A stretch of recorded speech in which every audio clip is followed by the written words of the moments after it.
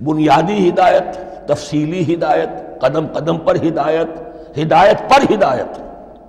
والذین اہتدوا زادہم ھدی، جو لوگ ہدایت کے راستے پر آتے ہیں اللہ ان کی ہدایت میں اضافہ کرتا ہے۔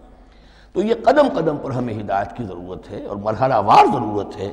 ہدایت اس کو بھی کہتے ہیں کہ کسی نے آپ سے کوئی پتہ پوچھا، آپ نے کہا ادھر جانا، پھر دوسری گلی میں مڑنا، پھر جانا دو تین لائٹیں چلے جانا، پھر مڑنا وغیرہ وغیرہ، یہ بھی ہدایت ہے۔ نظری طور پر آپ نے بتایا ہے۔ ایک ہدایت یہ ہوئی کہ بھائی میں چلتا ہوں آپ کے ساتھ، میں آپ کو وہاں تک پہنچا دوں گا تاکہ آپ کو دقت نہ ہو، آپ نے منزل تک پہنچا دیا۔ ان دونوں کے درمیان، یہ تو میں نے ایک فرد کی مثال دی ہے، اللہ اور بندے کے درمیان نہ معلوم کتنے مراحل ہیں ہدایت کے۔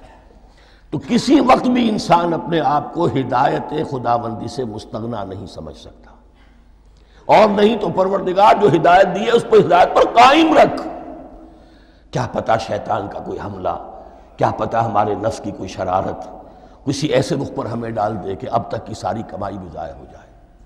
لہذا یہ نہ سمجھیے کہ جب یہ ساری چیزیں ان کو معلوم تھیں، وہ ان چیزوں کا تو اقرار کر رہے تو اب ہدایت کون سی مانگ رہے ہیں؟ تو ہدایت کا تو بڑا میدان کھلا ہوا ہے، اور اس ہدایت کی وہ جو میں نے آخری شکل آپ کو بتائی ہے کہ منزل مقصود تک پہنچا دے، یہ ہدایت بھی قرآن مجید میں اس معنی میں بھی لفظ آیا ہے کہ اہل جنت جب جنت میں داخل ہوں گے تو جو ترانہ حمد ان کی زبان پر اس وقت ہوگا وہ کیا ہے؟